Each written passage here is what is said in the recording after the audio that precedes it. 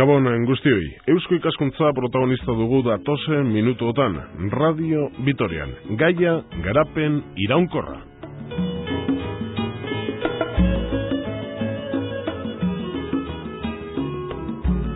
Muy buenas noches, bienvenidos a una nueva tertulia de Eusko Ikaskuntza, Sociedad de Estudios Vascos en Radio Vitoria. Eusko Ikaskuntza organiza en unos meses su 16º congreso. El tema a estudio, el desarrollo sostenible. Ya están trabajando en ello.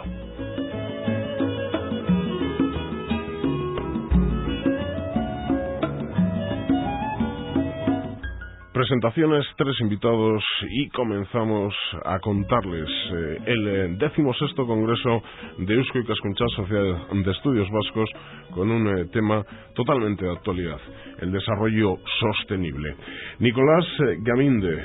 Nicolás es presidente de este Congreso y del Comité Científico, vicepresidente a su vez de Aclima, Asociación del Clúster de Industrias de Medio Ambiente de Euskadi, vicepresidente también de ISR, Instituto para la Sostenibilidad y los Recursos, y vicepresidente de la Bain Tecnalia. Nicolás, Gabón, buenas noches. Gabón, buenas noches. Suena como muy serio todo esto. No, serio no. Son cosas importantes, pero con mucho ánimo de ir mejorando cosas, de ir trabajando por el desarrollo sostenible y por la innovación. Y eso es serio a futuro, pero lo hacemos con, yo creo que una muy buena relación con todas las entidades y personas que se relacionan con nosotros. Siguiente invitado, Juan Luis Moragues, de Más Abogados, coordinador del proyecto especialista pluridisciplinar, Desarrollo Sostenible. Juan Luis, Gabón, buenas noches. Gabón. Un abogado en esta historia también. Bueno, digamos que a pesar de ser abogado. Exacto, a pesar de ser abogado. Y Carmelo Bengochea. Carmelo es presidente del proyecto especial pluridisciplinar de desarrollo sostenible y vicedecano del Colegio de Ingenieros de Caminos de Euskadi. Carmelo, Gabón, buenas noches. Gabón, Ismael. Bueno, pues vamos a empezar poquito a poquito a contar a nuestros oyentes en qué consiste este congreso y en el tema de dicho congreso. Nicolás, Eusko Ikaskuntza no es de hoy en día, no nació ayer, sino en 1918, y a lo largo de su historia, con este 16º congreso, debemos de decir que ha organizado anteriormente 15. Exactamente. Eusko Ikaskuntza ha sido una institución que ha tenido algunas características muy especiales que le han permitido sobrevivir a los 40 años de dictadura. Este es el 16º congreso. Ahora se hacen cada 4 años. Hubo una etapa en la que no hubo cada 4 años, hubo muchos menos, y un poco semiclandestinos. Ahora las circunstancias son mucho más libres y se hace cada 4 años. Una característica de estos congresos es que buscan presentar temas que sean de futuro, y de un futuro medio o largo, y con unas características estratégicas importantes para Euskal Herria, considerando que una de las características especiales y más interesantes de Eusko Ikaskuntza es que tiene una posición incluso por encima de la política, es decir, que puede y actúa en los 3 territorios, prescindiendo en todo lo posible de las condiciones políticas de cada uno, y con unas muy buenas relaciones con los gobiernos de las 3 áreas, no vamos a decir en este caso territorios. Administraciones, esa es la palabra exacta, sí. Y ahí, Nicolás, ¿quién selecciona el que sea desarrollo sostenible u cultura? Otro congreso en otra ocasión. Bueno, para eso tiene una ejecutiva, tiene además ahora un comité de excelencia en el que hay, creo que en este momento son ya 18 personas seleccionadas entre los ámbitos más interesantes de toda la vida de Euskal Herria, y a través de estos grupos se determina dónde se debe hacer el siguiente congreso. En este momento los grupos de trabajo tienen 19 y luego tienen una comisión ejecutiva y este grupo de excelencia. El Congreso se va a celebrar en cuanto a sesiones 29-30 de noviembre, 1 de diciembre de 2005, si no me equivoco, Euskalduna, Bilbao. Exactamente. Pero antes tiene un trabajo importante y también después. Esa es una de las características especiales, quizá, de este Congreso. Es decir, en este Congreso, y partiendo de un campo tan interesante como el desarrollo sostenible, lo que se ha buscado primero es hacer este trabajo pluridisciplinar en el que se estableciesen cuáles eran las líneas a desarrollar a medio plazo, por lo menos, e incluso pensando en largo plazo, con el horizonte final de 2020, para ver qué agentes podían intervenir y cuáles eran los campos fundamentales.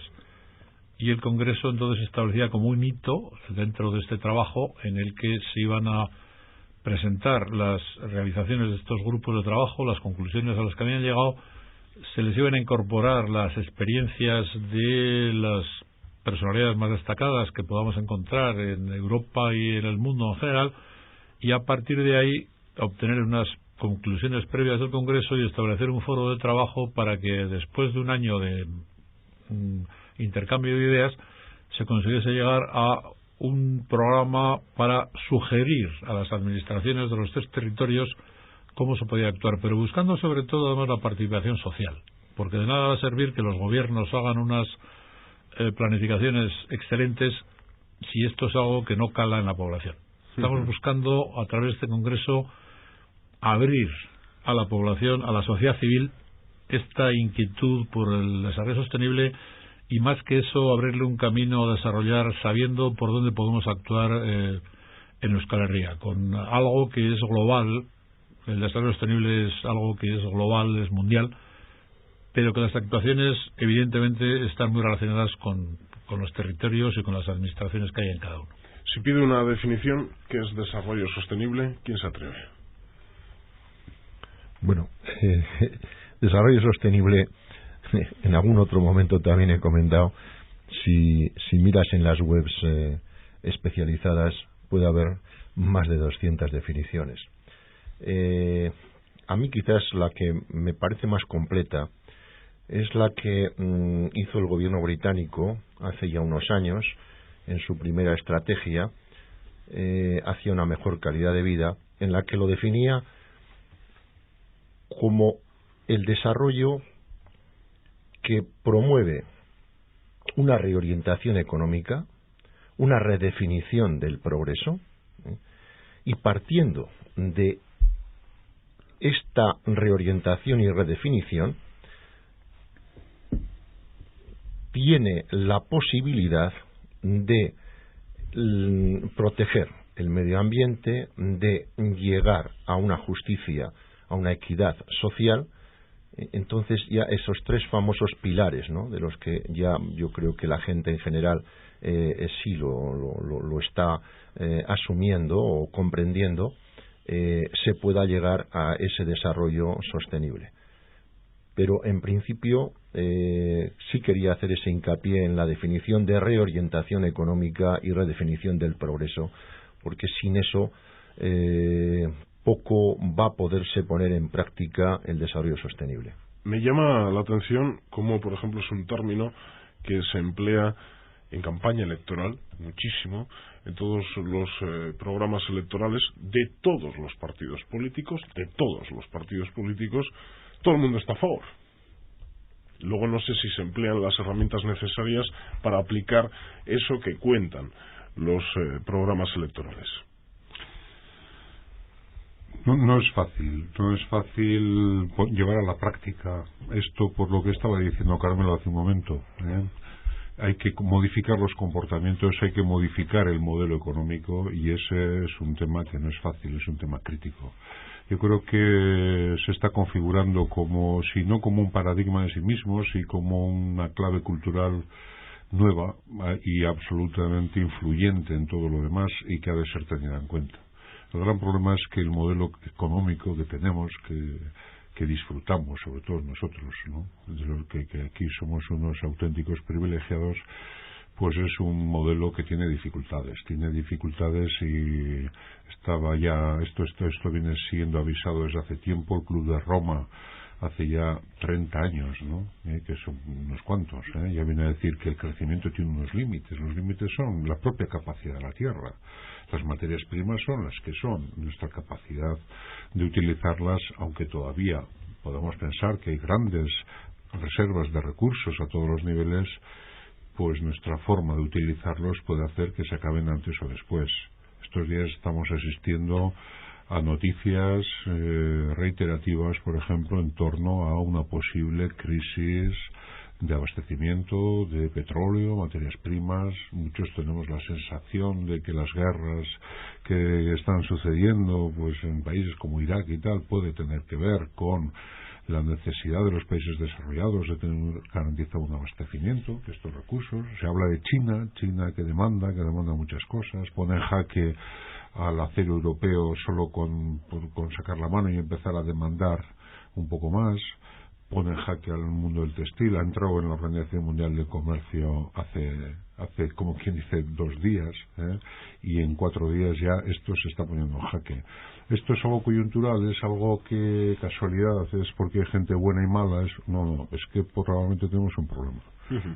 Ustedes van a intentar tratar el desarrollo sostenible en todos sus ámbitos y en toda su amplitud, porque nos estaba haciendo una reflexión internacional Juan Luis, pero yo sin embargo me estaba quedando con una reflexión local respecto a que los periodistas locales en Vitoria-Gasteiz estamos muy habituados a escuchar por lo menos la palabra desarrollo sostenible, porque aquí el primer agente político de importancia quizás que nos habló en numerosas ocasiones sobre desarrollo sostenible fue José Ángel Cuerda, siempre desde un punto de vista local, aunque él también extendía los comentarios a nivel mundial.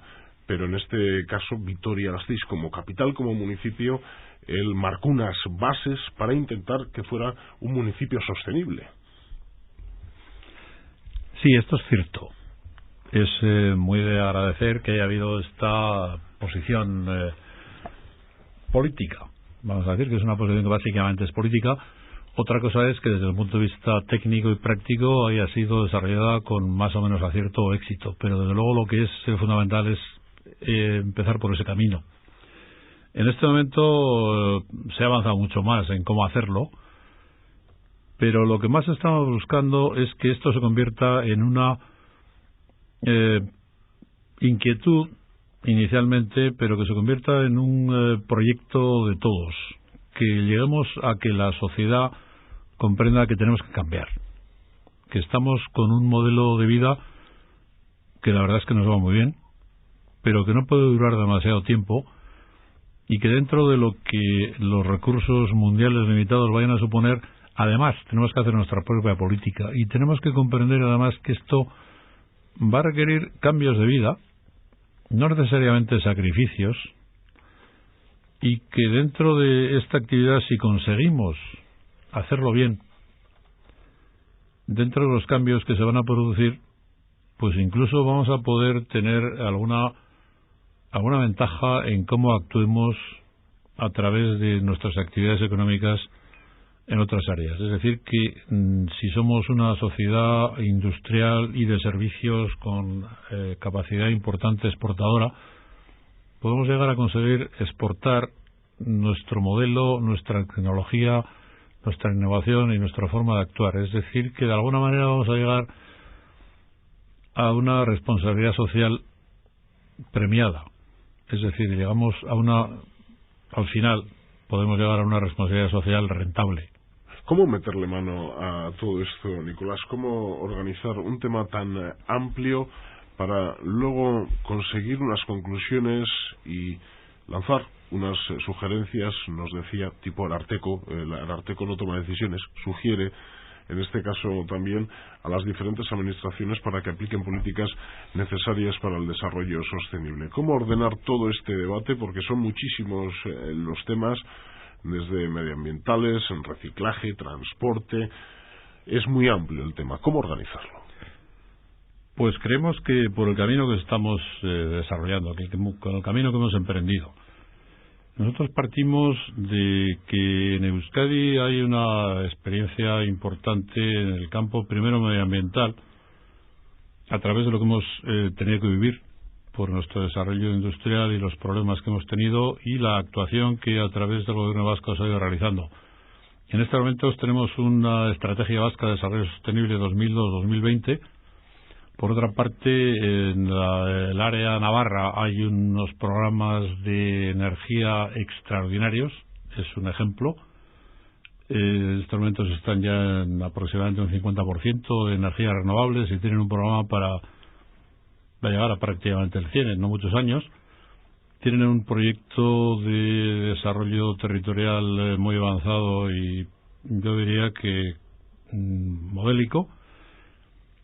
Y en el campo de Iparralde pues tienen una estructura muy interesante con un desarrollo industrial no muy grande, con una actividad turística importante y con un área rural también interesante y que hay que tratar de preservar y de articular con el resto. De manera que juntando las tres administraciones se puede hacer algún trabajo realmente interesante. Partimos de bastante avance anterior. En todo lo que buscamos es recopilar toda esta información, repensar en el futuro a través de este trabajo que se está desarrollando y a partir de ahí abrir un debate y llegar a animar a la sociedad civil a que participe en este debate y a que trate de impulsar a las administraciones para que se establezcan programas que faciliten el que lleguemos al máximo que podamos dentro de este desarrollo sostenible como responsabilidad que tenemos social y como un camino para cambiar de vida con las mejores condiciones que podamos. Hablábamos antes en Euskal Herria de tres administraciones diferentes y se me viene ahora a la cabeza, Carmelo, Juan Luis, no sé si habéis sentido esa misma sensación, pero el otro día en el transcurrir que hice de Hendaya a Irún, en este caso, y ver las diferencias entre Iparralde y Hegoalde, la comunidad autónoma vasca, y Iparralde en cuanto a territorio, administración francesa, sufrió un golpe tremendo. O sea, ver las condiciones medioambientales de Iparralde, ver el tren en Hendaya y pasar al otro lado del Bidasoa, volver hacia casa, volver a Irún y empezar a recorrer la antigua Nacional 1 camino hacia San Sebastián, hacia Donostia y bueno, estos son dos mundos en este término, en el término medioambiental. Bueno, medioambientalmente y en lo que comentas, Ismael, de lo que es una modelación viaria, ¿no? Ordenación del territorio. Ordenación del territorio. Bueno, pues das el ejemplo de la N1, que efectivamente pues es caótico, ¿no? El momento al que se ha llegado ya, pero yo te diría que la RN10 pues también tiene sus problemas, ¿no? Esa nacional francesa, ¿no?, que nos lleva pues a Biarritz, ¿no?, o a Bayona. Y luego también yo lo que me chocó muchísimo, porque nunca me había parado a pensar en ello, es lo ordenadito que está todo en Iparralde, por lo menos en ese caso, que luego no sé si está tan ordenadito, ¿no? Y lo desordenado que en muchos puntos todavía tenemos la ordenación del territorio, en esa zona de Euskadi. Es que han sido desarrollos completamente distintos.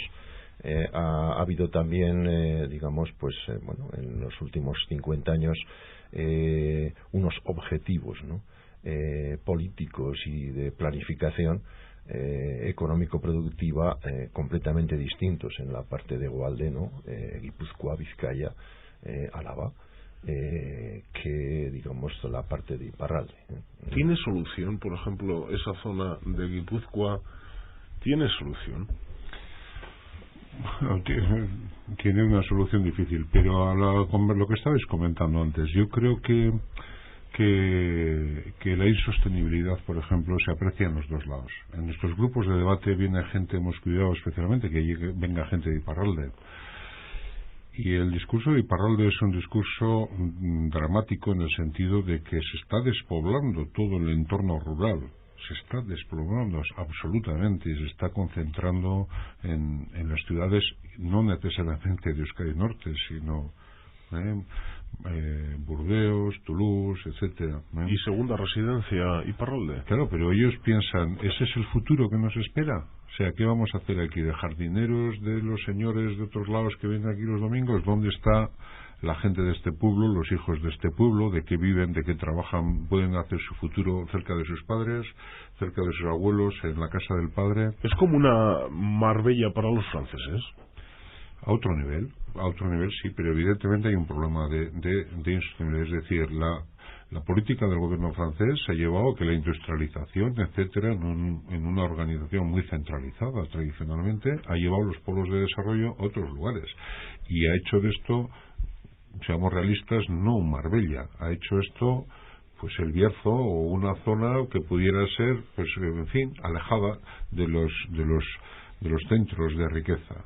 Aquí, por el contrario, ha sido al revés. Ha habido mucha actividad, hemos acogido mucha inmigración, hemos tenido mucho desarrollo económico, hemos esquilmado los recursos, hemos machacado el territorio y ahora tenemos el problema justamente inverso. Los dos son expresiones de un mismo fenómeno, de un modelo económico desequilibrado en lo social, por ejemplo, ahí se ve claramente, desequilibrado en lo económico y, desde luego, poco respetuoso con el medio ambiente y poco eficiente respecto del uso de los recursos, porque ha devorado muchos recursos, ha despilfarrado muchos recursos y ha generado mucho daño alegremente, ¿no? Entonces, sobre todo esto es lo que hay que reflexionar. Y entonces, en los temas globales que hablamos antes, ¿no? Hay que solucionarlos con soluciones globales, pero también con soluciones locales. Y de alguna manera lo que persigue Eusko Ikaskuntza con este proceso de trabajo es juntar gente muy diferente de distintos lugares, de distintas profesiones, de distintas edades, de género, de todo, para reflexionar juntos y tratar de consensuar o de tratar de llegar a un acuerdo sobre cuáles son las claves fundamentales, con el ánimo de ir polarizando sencillamente una reflexión, una llamada de atención hacia algo hay que hacer en esta materia, ¿no? Un punto importante del debate estará situado en el transporte. Hemos hablado de Nacional 1, cómo está la Nacional 1, Etxegárate, cómo está el paso de la Nacional 1 por el cinturón de San Sebastián. Tenemos el tren de alta velocidad, a favor, en contra, qué tren, qué no tren, vendrá el tren. Sí, el sector transporte es clave no solo en la política de reducción de emisiones, porque el sector industrial ya ha hecho los deberes, sino que además realmente, si no se pone coto a, digamos, más oferta, bien sobre la red viaria o sobre modos de transporte insostenibles, bueno, pues el tema es que llegamos al caos, ¿no? Yo creo que estamos en el límite más en unos territorios que en otros. Desde luego la conjunción que tú dices, ¿no? El cuello de botella de lo que es Viriatú, ¿no? De lo que es bueno, pues el tráfico de mercancías, ¿no? Eso se le está intentando, bueno, iniciar una salida, con, bueno, hay una serie de iniciativas, el famoso, bueno, short shipping, ¿no? Marítimo, bueno, el tema también de que la velocidad alta, ¿no? Estamos hablando, yo entiendo, ¿no? De, bueno, 150 kilómetros hora, y que pueda realmente esa Y, o en fin, la figura que quede de ferroviaria vasca unida con Pamplona, de que alguna forma tiene que tener también el mix con mercancía, porque si no se da salida bien al futuro pasajes exterior, por supuesto al puerto de Bilbao, pues entonces habríamos hecho poco, ¿no? O sea, desde luego un sistema ferroviario de viajeros no resuelve el problema. El transporte, como insisto, es un sector que está catapultado hacia una exponencial terrible, ¿no? En el tema de emisiones, y bueno, es difícil, ¿no?, políticamente realmente gestionar la demanda y estructurar modos de transporte distintos, ¿no?, al que siempre hemos tenido. Bueno, desgraciadamente, no. Hace 40 años, yo recuerdo, 40 o 30 y tantos años, ¿no?, pudo en España, en el Estado, cambiar Renfe un plan de ferroviario, y con una inversión que había, y se tomó la decisión pues de mejorar las curvaturas de la red viaria. Entonces, hablo de los años 70, el famoso plan Revia. Entonces, pues bueno, quedó el ferrocarril en el Estado pues como quedó, y desde luego las comunicaciones de la actual comunidad autónoma del País Vasco, ¿no?, Navarra y tal, pues en fin, no se han resuelto, ¿no? Y estamos hablando del año 2005. El transporte es un sector, junto con el energético y la ordenación del territorio, que modelan integradamente, estructuran un enfoque hacia, digamos, un desarrollo sostenible claro. Ahora, ¿qué hace falta? Pues hace falta una concienciación, como decía antes Juan Luis o el propio Nicolás, del ciudadano, del usuario, clarísima, que permita al político tomar esas decisiones. O sea, por una parte, el político tiene que dar señales, sean fiscales, sean impuestos, toda su batería de acciones la tienen que poner en marcha hacia esa sostenibilidad en el transporte, y qué duda cabe que es que el ciudadano tiene que estar preparado, ¿no?, para asumir ese cambio en el modelo, ¿no?, en los nuevos modos de transporte. El último informe del Gobierno vasco sobre esta materia del Departamento de Medio Ambiente, el consejero Sabin Intxaurraga, recuerdo aquella rueda de prensa: los vascos nos comemos nuestros recursos. Cierto. Bueno, la huella ecológica de la Comunidad Autónoma del País Vasco, si está en un 2,4 o 3 con respecto, digamos, a lo que el planeta, ¿no?, puede aguantar, ¿no? Esta huella ecológica, yo pienso que hay que volver a rehacer ese análisis, ese estudio, porque quizás se ha hecho también de una forma interna, ¿no?, o sea, en un análisis interno, pero es que lo que consumimos viene, pues, textil, ¿no?, como dice Juan Luis, ha dicho antes, de China, o la energía viene de... O sea, muchas cosas vienen de fuera. O sea, nosotros somos unos privilegiados, no solo esta comunidad, la comunidad foral de Navarra y Parralde, privilegiados dentro del sistema mundial, y realmente estudiar esa huella ecológica lo que sí podría es dar una visión, una concienciación al ciudadano, de decir, oye, que es que estamos consumiendo 3, 4, 5 veces más de lo que realmente está, digamos, el planeta Tierra puede. Uno de los avances que veo más importantes respecto al ciudadano, y que lo ha asimilado, si se le ponen las condiciones adecuadas, cercanas y sin grandes complicaciones, es el reciclaje. En ese sentido, el salto en unos años es evidente. Pero claro, me quedo con el reciclaje, y me imagino que los campos de actuación tienen que ser muchos más. Sí, Carmelo le estaba diciendo que somos unos privilegiados. Somos unos privilegiados, pero a la vez somos débiles. Tenemos una gran debilidad. Tenemos un país pobre. Yo creo que hay que ser realistas. Por lo tanto, importamos los flujos. A nivel de flujos importamos prácticamente casi todo de fuera. Y también exportamos. Pero en un momento de crisis nos lo íbamos a pasar francamente mal. Y por otro lado, yo creo que somos derrochadores. En un modelo derrochador, donde no destaca demasiado del vecino y del otro y del de más allá.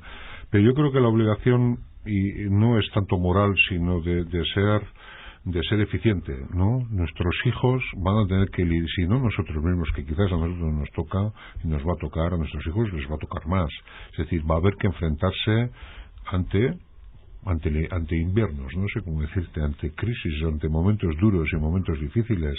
Cuanto antes nos preparemos, cuanto más bien seamos, mucho mejor. Reciclaje, por supuesto, pero... En cuanto abro los ojos me encuentro con casos negativos. No sé si es que soy muy negativo o es que la tertulia me está llevando hacia ahí, ¿no? Pero el otro día, en vez de trasladarme hacia Iparralde, me trasladé hacia Cantabria. Claro, estamos ante una carretera también que tiene sus problemas, pero lo de la segunda residencia, en unos años que llevaba yo sin transitar por algunas zonas de Cantabria, la influencia que está teniendo la comunidad autónoma vasca hacia esa zona, los jardines que tienen cada segunda residencia, bueno, esto es una locura, una locura. Sí, esto es un síntoma de lo que está ocurriendo. Es decir, una de las claves que va a tener el desarrollo sostenible es, por una parte, el campo medioambiental. El desarrollo sostenible incluye una gestión medioambiental. Esta es la que se refiere al reciclaje, por ejemplo, pero no basta. Se puede hacer una gestión medioambiental muy avanzada y muy buena y no solucionar el problema del desarrollo sostenible en cuanto al uso excesivo de recursos o del territorio. Lo que tenemos que hacer es, además de una gestión medioambiental muy avanzada, y en ese camino sí estamos, tanto en Euskadi como en Iparralde como en Navarra. En ese campo estamos avanzando muy rápido y la verdad es que, a diferencia de otros territorios, mejor. Pero lo que tenemos que pensar es que la limitación de nuestros recursos nos va a llevar a cambiar de vida, a cambiar de esa forma de segunda residencia bastante lejos a esa forma de ciudades distribuidas, no compactas, a esa estructuración de zona residencial, zona industrial, zona deportiva. Vamos a tener que hacerlos bastante más compactos y tenemos que pensar que el 80% de la población de Euskal Herria estamos viviendo en ciudades y que la ciudad es muy importante, y por eso en este congreso de los 3 días hay una segunda jornada que se dedica a lo que hemos llamado la reinvención de la ciudad. En este campo hay que tener en cuenta que al reinventar la ciudad se puede ir por el camino de la ordenación del territorio, de la entrada y salida de materiales, de flujos energéticos, de residuos, pero lo que tenemos que pensar es que es donde vivimos y que entonces, si no tenemos en cuenta el campo antropológico, no haremos nada. Si no arrastra a la sociedad, a la administración, a todo el tejido industrial, no haremos nada. Tiene que ser la sociedad la que demande esto. Tiene que ser la sociedad la que comprenda que conviene cambiar de vida, y tenemos que buscar cómo esa nueva vida va a ser no peor que la que tenemos ahora, sino que va a llegar a ser mejor que la que tenemos ahora y más agradable. Entonces, por eso queremos dedicar mucho trabajo en este congreso a buscar las aportaciones de todas las actividades y todos los centros sociales, para que ellos nos vayan diciendo cómo se puede vivir de una forma distinta. Queremos tener en cuenta también el aspecto del desarrollo sostenible, de la igualdad de derechos, que no haya marginaciones. Dentro de esta igualdad de derechos, pues naturalmente le vamos a dar una importancia notable a la igualdad de género, y por eso tenemos a una de las personas que más llevan el desarrollo de esto, en Teresa del Valle, que es una prestigiosa doctora, autoridad, yo diría que por lo menos europea, en el campo de la igualdad de género, y estamos buscando esta participación ciudadana de una forma armónica, y como ella dice, estamos buscando la articulación de la sociedad con la ciudad, con la cultura y con los recursos. Es decir, que de alguna manera el trabajo previo que estamos haciendo es bastante técnico. Casi podríamos decir que estamos irrumpiendo dentro de la estructura de Eusko Ikaskuntza, un grupo de, me atrevería a llamar, de tecnólogos, y lo que nos aporta Eusko Ikaskuntza es su larga tradición académica y cultural, de manera que podamos conseguir unir esta idea técnica de cómo se puede desarrollar todo el avance del desarrollo sostenible con la participación antropológica, con la participación social y ciudadana, de manera que podamos articular estas dos líneas. Esto es uno de los retos principales que Eusko Ikaskuntza se ha planteado en ese trabajo. Otro elemento para el comentario: me han dicho en varias ocasiones, debemos cambiar de modelo económico, o hay que cambiar de definición de modelo económico. ¿Es compatible todo esto con el argumento que escucha este periodista, por ejemplo, una y otra vez a los empresarios? Hay que producir más, hay que ser más productivos para ganar más, o para los argumentos que escuchamos por parte de los representantes de los trabajadores, de los sindicatos, hay que trabajar algo menos para ganar algo más. ¿Esto choca con el desarrollo sostenible, con el cambio de modelo? No realmente, pero igual hay que terminar esas frases que decías, Ismael. El producir más con menos. Eso es con menos materia prima. Con menos materia, y con menos horas de trabajo, probablemente. Y con menos horas de trabajo. Eso, uno de los primeros objetivos y de los primeros planes que se plantearon, por ejemplo, en el Reino Unido hace 10 años, era el making more with less, ¿no? Es hacer más con menos, un tema de producción.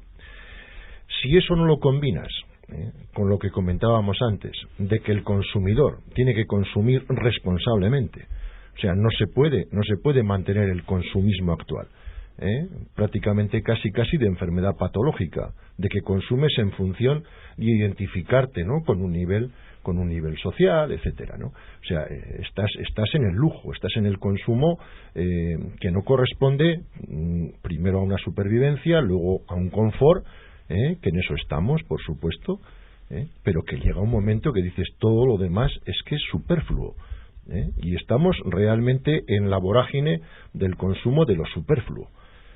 Entonces, producción sostenible, consumo sostenible,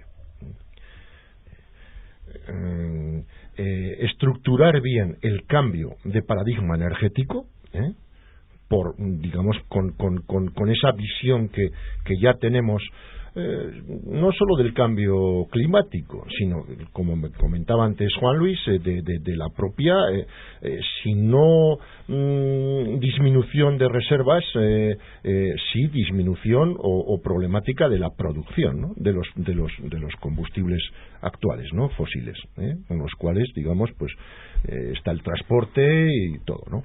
Entonces, como digo, producción sostenible, consumo sostenible, energía sostenible.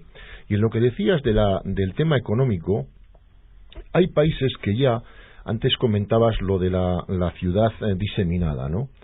Este corredor, ¿no? Pones una autopista o pones una autovía, y empiezan a surgir urbanizaciones, etcétera, etcétera. No, al final vamos hasta Asturias. Claro, vamos hasta Asturias, o sea, Villaviciosa hasta 1:30, y es muy goloso. Desde luego Llanes o bueno. Entonces, un ejemplo, ¿no? Hace 10 años Estados Unidos, con un Producto Interior Bruto que iba de cine, dijo, vamos a ver cómo nos ponemos la medalla, y encuestamos a la gente, al americano, de su índice de satisfacción, y se encontraron con la sorpresa de que no estaban satisfechos de cómo iban. ¿Qué pasó? Bueno, ¿qué estaba pasando? Que el reflejo de lo que es el Producto Interior Bruto, fruto de un flujo transmonetario de capital financiero y capital manufacturado, o de bienes transformados, resulta que en los últimos 25 años o 30 años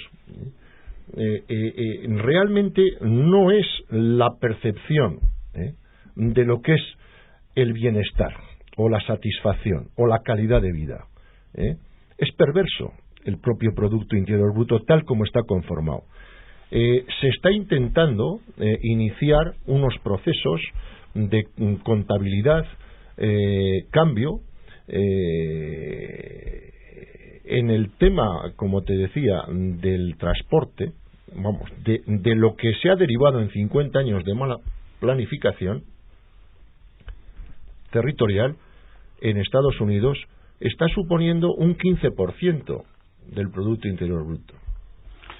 Sí, yo lo que creo, sí, a mí lo que me parece además, Carmelo, es que que lo que está sucediendo con todo esto es que hay que cambiar de modelo, y el modelo es un modelo de bienestar, a un modelo de calidad de vida, a un modelo más consciente. Hay que apelar quizás a un nivel cultural, a unas percepciones de tipo no sé cómo decirlo, de tipo cultural, de las que quizás este país y las gentes que vivimos por aquí podemos participar. Hay un colectivo muy amplio de la sociedad que compartimos pues una serie de ideas básicas sobre qué está bien, qué está mal, cómo hay que actuar, ¿no?, etcétera. Y yo creo que sobre esa base es sobre la que hay que construir. Hay un tema de valores que, sin que sea un discurso ñoño, pero hay que recuperar. Es decir, somos capaces de gobernar estos procesos sin tener que ir forzosamente al precipicio. Tenemos que aislarlos. Se están haciendo muchísimas cosas, y se está mejorando, pero hay que mejorar más. Hay que aislar los edificios, hay que aprovechar las energías fáciles, pues yo qué sé, la solar térmica, no sé qué otras cosas, hay que orientarlos bien, hay que procurar, pues no sé, un ocio gratuito, un ocio asequible. Vitoria puede ser un buen ejemplo de un montón de equipamientos que permite que la ciudadanía tenga unos niveles de bienestar y que goce de, no sé, de posibilidades culturales, de encuentro, de disfrutar, de jugar, de hacer el deporte, de los niños, los mayores, leer el periódico. Hay quien dice que vivimos de las rentas, Bueno, bien. De las rentas de lo anteriormente hecho. Bien, yo también ahí, y aprovecho la ocasión para decir que creo que efectivamente cuando Cuerda planteó hagamos una ciudad sostenible, ¿no?, Cuerda era un avanzado. Y Vitoria es una ciudad avanzada, no solo por él, sino por toda la gente y los equipos de trabajo que desde entonces y todavía hoy siguen trabajando. Su Agenda Local 21 es un ejemplo para muchas otras ciudades. Y yo creo que la Diputación también ha dado ejemplos muy claros de una sensibilidad y de acciones muy concretas. Yo creo que es un modelo Álava, y Vitoria en particular, un modelo muy interesante y muy a imitar en muchos aspectos, lo mismo que en Vizcaya hay muchos ejemplos muy interesantes, y en Guipúzcoa quizás también, pero son cosas concretas. El Congreso busca eso. Hemos hecho 6 grupos de trabajo. Hay un grupo de energía, uno de transporte, hay uno de fiscalidad, hay uno de dinamismo empresarial, que abordaba lo que dices tú. Y a la pregunta que hacías, yo creo que hay que decir que la industria se está poniendo las pilas en la práctica, algo que nadie pensaba. Pensamos, la actitud lógica es la industria no quiere saber nada, la industria solo mira la pela. La industria ha captado que esto tiene una clave económica, que no prestar atención a estas cosas son costes después, que esos costes después te pueden pillar en el peor momento, y es mejor adelantarse, anticiparse y organizar las cosas bien. Que los costes, que cuesta lo mismo hacer bien que hacer mal, esas son cosas que yo he oído en casa de mi mamá, y es la verdad. Te cuesta lo mismo hacer mal que bien, pero si haces bien tienes grandes beneficios. Bueno, esa cultura es la que tenemos que pillar, es la que tenemos que trabajar, ¿no? Y luego, lógicamente, tenemos un grupo de recursos y ordenación del territorio y demás, y un grupo social, que es otro de los temas verdaderamente importantes. Un par de minutos, Nicolás, si tenemos que terminar. Sí, es la línea de complementar algunas de las cosas que hemos visto, en la que estamos los tres muy de acuerdo, pero relacionándolas un poco más con el Congreso. En el Congreso buscamos 3 campos. Buscamos la articulación de las administraciones, con todo lo que han hecho, todas ellas con gran voluntad, partiendo de situaciones diferentes. La situación que tenía Vitoria y la que tenía Álava era muy distinta de la que tenían los otros territorios, y sí ha sido muy importante el que haya habido ese interés y ese afán por partir de una idea de desarrollo sostenible. Las administraciones ya están en esta línea, las empresas también están, y queremos impulsarles más. Queremos que las empresas al final sean tractoras, porque todo lo que definan la petición social, todo lo que definan las ordenaciones del territorio, toda la planificación de los gobiernos, la van a hacer las empresas al final, porque son las que ejecutan las cosas. Y lo que es fundamental es la participación social. La sociedad civil es la que tiene que impulsar esto, es la que tiene que demandar el desarrollo sostenible, porque si no, no lo haremos bien. Será algo que sea hecho hasta quizá en contra de la sociedad, y esto sería una cosa totalmente equivocada. Y dentro de esta búsqueda de la participación de la sociedad civil, tratamos de integrar a todos los distintos aspectos de la sociedad. Para ello buscamos, además de esta reinvención de la ciudad, queremos hacer una exposición en la que hagamos una plaza pública, una plaza de pueblo, en la que haya una serie de presentaciones de centros culturales, de Agendas 21 y de todos los agentes dinamizadores de todo este cambio. Hay que conseguir, Nicolás, también desde mi humilde opinión, que las opiniones de entidades como Eusko Ikaskuntza sean autoridad en esta Bien, sociedad. Eusko Ikaskuntza en eso ha tenido una posición en ese aspecto envidiable a través de todos sus años, de una actuación muy objetiva y muy independiente. Pero una de las cosas que buscamos, además, como digamos tercera pata de este congreso, es la participación de la juventud. No vamos a hacer nada si estamos pensando en el año 2020 en toda esta planificación, en toda esta participación social y ciudadana. Los que van a hacer esto van a ser los jóvenes de hoy. Nosotros, sobre todo entre nosotros tres, somos bastante veteranos, los que más podemos impulsar todo esto, pero lo van a hacer los jóvenes. Van a ser ellos los que lo hagan, van a ser ellos los que lo entiendan, los que lo impulsen y los que al final lo ejecuten. Y por eso, en la tercera jornada del Congreso vamos a dedicar una parte muy especial a la juventud. De manera que ellos hagan su foro, que ellos se puedan incorporar al conjunto de todo lo que haga el Congreso y sean los que sean finalmente los motores de todo este cambio y los ejecutores al final y evidentemente que los receptores. Ellos van a vivir muchos más años con esta modificación de modelo socioeconómico que nosotros. Nosotros nos hemos dado cuenta de que íbamos por un camino insostenible al que nos han llevado una serie de circunstancias. Estamos pensando que esto se puede cambiar y que estamos facilitando el que los jóvenes sean los que elijan cómo quieren desarrollarse y lleguen a realizarlo. Esta es la clave que buscamos. Pues lo vamos a tener que dejar ahí, porque el tiempo y la radio siempre están reñidos. Nicolás, Juan Luis, Carmelo, a los tres, eskerrik asko. Kasuei badakizue, datorren asteburuan hemen egongo gara berriz Eusko Ikaskuntzaren inguru berri batean, batek daki zeri buruz hitz eginez. Bukatu baino lehen, tal y como hemos informado en la presente tertulia, los días 29 y 30 de noviembre, 1 de diciembre, Eusko Ikaskuntza celebra su 16º congreso que abarcará el tema del desarrollo sostenible. El congreso tendrá lugar en el Palacio Euskalduna de Bilbao. Para más información acerca de este congreso pueden visitar la página web de Eusko Ikaskuntza, euskoikaskuntza.org, donde podrán encontrar además amplia documentación externa y se recogen ahí artículos de actualidad o interés para compartir con los usuarios de la web. Igualmente en la web encontrarán un foro de debate donde cualquier persona puede introducir sugerencias, críticas o reflexiones acerca del desarrollo sostenible. Os animamos a participar y aportar vuestras opiniones. Desde luego van a ser recogidas por estos tres hombres y decenas más de representantes para volcar todas esas opiniones en ese congreso y estaremos muy atentos a las sugerencias, a las conclusiones finales. Badakizue, datorren asteburuan, hemen, aio!